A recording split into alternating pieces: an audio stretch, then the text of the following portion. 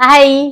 તો જ્યારે અમે અમારું ઘર લીધું ને ત્યારે એવું વિચાર્યું હતું કે અમારા ઘરને અમે એસ્થેટિક લુક આપીશું, જે હમણાં ટ્રેન્ડમાં છે. પણ આ ઘરમાં શિફ્ટ થયે 3 થી 4 વર્ષ થઈ ગયા, પણ હજી સુધી એસ્થેટિક નો એ પણ બન્યો નથી.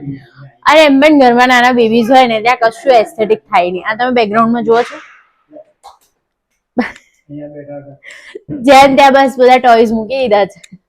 આ મારા બનાયેલા આર્ટ છે, કેનવાસ પેઇન્ટિંગ, જે અત્યાર સુધી મારી બંને ડોટર રમકડાની જેમ રમતી હતી. હવે આ વખતે એવું વિચાર્યું છે કે આને ક્યાંક ઠેકાણે પાડી દઈએ. તો બાલ્કનીની જે વોલ છે ને ત્યાં ઈચ્છા છે કે હું લગાડી દઉં. તો મેં પાછળ રીતે 2 સાઈડ ટેપ લગાડી છે અને હવે વોલ પર એને ચોંટાડવાનો વિચાર છે.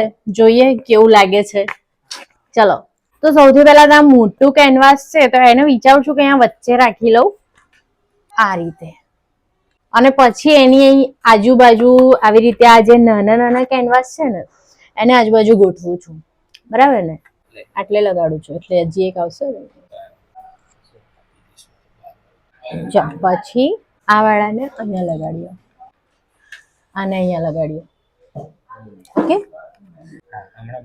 અહીંયા બરાબર.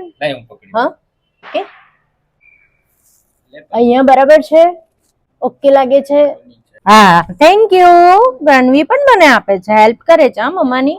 અહીં લગાવું કે અહીંયા ઉપર લગાડું? અહીંયા.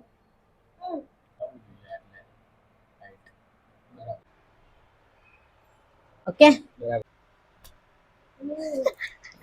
અચ્છા.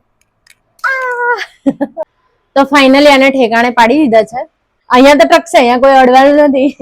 તો ફાઇનલી અમારી બાલ્કનીનો થોડો ઘણો લુક ચેન્જ થઈ ગયો છે અને હવે થોડો એસ્થેટિક લુક આવે છે. તો તમને અમારો આ બાલ્કનીનું મેક ઓવર કેવું લાગ્યું કમેન્ટમાં જણાવજો. બાય.